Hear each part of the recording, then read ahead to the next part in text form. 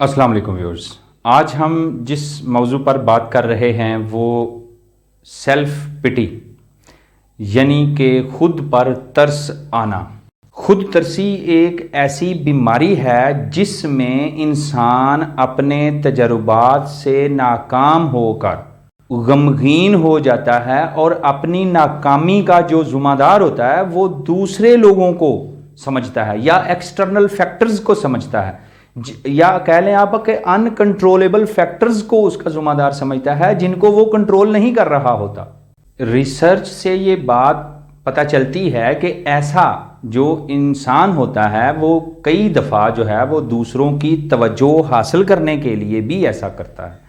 यानी कि ये मुख्तलिफ स्टेजेस हैं बीमारी की कि वो किस स्टेज पे अभी उसकी बीमारी है। जैसा कि इंसान जो है वो पहले तो अपने तजर्बात यानी अपनी नाकामी का सबब भी दूसरों को मानना शुरू कर देता है, फिर वो आहिस्ता आहिस्ता खुद को नुकसान पहुंचाना शुरू कर देता है और खुद को नुकसान पहुंचाकर उसको खुशी महसूस होती है, यानी दूसरों से वो हमदर्दी गेन करता है, यानी दूसरों से हमदर्दी लेता है, दूसरों की तवज्जो लेता है। अटेंशन सीकर होते हैं ऐसे लोग। दूसरों की तवज्जो हासिल करने के लिए ये सारा कुछ किया जाता है ताकि वो अपना बेचारापन जो है वो लोगों को बता सकें और उनसे हमदर्दी जो है वो समेट सकें। ज़्यादातर लोग, मैंने अपनी पहली वीडियो में बताया कि 90% लोग जो होते हैं वो अपनी नाकामी का ज़िम्मेदार दूसरों को समझते हैं। इसका नुकसान क्या होता है? इसका नुकसान ये होता है कि इंसान जो है वो प्रोडक्टिव नहीं रहता, वो खुद से काम लेना छोड़ देता है। वो अगर अहल है बहुत सारे कामों का तो वो समझता है कि वो कुछ भी नहीं कर सकता, तो वो प्रोडक्टिव नहीं रहता, पॉजिटिव नहीं रहता। पॉजिटिव का मतलब ये है कि नाकामियां और हालात व वाक़यात तो हर इंसान की ज़िंदगी में आते हैं, लेकिन उन पे जो रद्द अमल देना होता है वो इंसान ने देना होता है। यानी वो पॉजिटिव भी हो सकता है और नेगेटिव भी हो सकता है। मिसाल के तौर पे अगर आप नाकाम होते हैं तो आप इस नाकामी का सबब ढूंढते हैं, खुद में जो कमी होती है उसको दूर करते हैं और दोबारा कोशिश करते हैं। एक ये एटीट्यूड है। और दूसरा ये है कि आप अज्यूम कर लेते हैं कि हम जैसे लोग जो है वो कामयाब नहीं हो सकते, तो आप मेहनत करना छोड़ देते हैं, आप ट्राई करना छोड़ देते हैं और आप अनप्रोडक्टिव हो जाते हैं, अपनी सलाहियत को इस्तेमाल करना भूल जाते हैं। और इसकी अगली स्टेज ये होती है कि इंसान खुद को नुकसान पहुंचाना शुरू कर देता है। जैसे कि अक्सर वाक़यात में देखा गया है कि अगर कोई खुशी का मौका होगा तो वो खुद को गमगीन महसूस करेंगे, खुद को बीमार शो कर देंगे अटेंशन सीख करने के लिए, या फिर किसी से लड़ाई झगड़ा करके जो है वो अटेंशन सीख करेंगे। तो वो अटेंशन सीकर होते हैं, यानी कि तवज्जो हासिल करना चाह रहे होते हैं और खुद को नुकसान पहुंचाकर, और इस काम में उनको तस्कीन मिलती है, उनको खुशी मिलती है। अगली बात यह है कि किस तरह के लोग जो हैं वो इस बीमारी की जद में ज़्यादा आते हैं।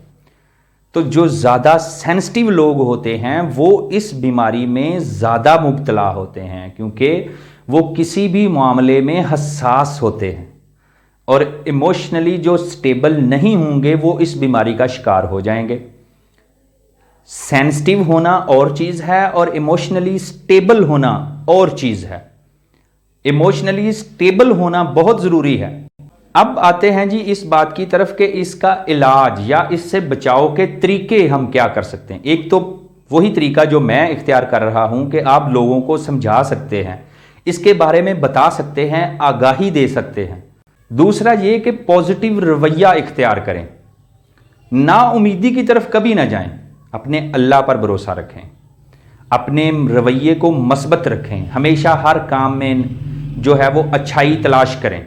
अगली बात, अपनी नाकामियों का ज़िम्मेदार किसी को ना ठहराएं, खुद को ठहराएं कि अगर मेहनत ज़्यादा की होती तो यकीनन पास हो जाता, अगर मेहनत ज़्यादा की होती तो यकीनन नंबर ज़्यादा आ जाते।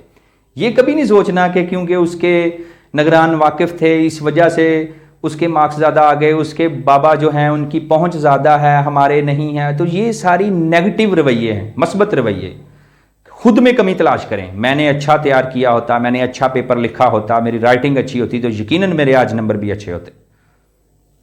खुद में खामी तलाश करें। پھر اس کو اوور کم کریں، اپنی زندگی کو بامقصد بنائیں۔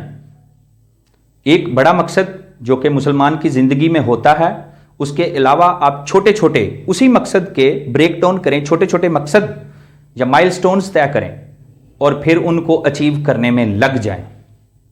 بے شک وہ ایک کتاب اسلامی پڑھنی ہے، بے شک وہ دن کی 5 نمازیں پڑھنی ہیں، کیونکہ اس بیماری میں مبتلا مریض جو ہوتا ہے وہ اکیلے پن کا شکار ہوتا ہے اور آخر میں وہ ڈپریشن میں چلا جاتا ہے، کیونکہ اس کے پاس کوئی بیٹھتا نہیں ہے کہ یار اس نے تو اپنے دکھ سنانے شروع ہو جانے ہیں۔ تو اپنے تعلقات بہتر بنانے کے لیے دوسروں کی مدد کرنا شروع کریں، جس لیول پہ بھی آپ مدد کر سکتے ہیں۔ آپ کسی کو سمجھا کے مدد کر سکتے ہیں، کسی کو ٹائم دے کے آپ اس کی مدد کر سکتے ہیں۔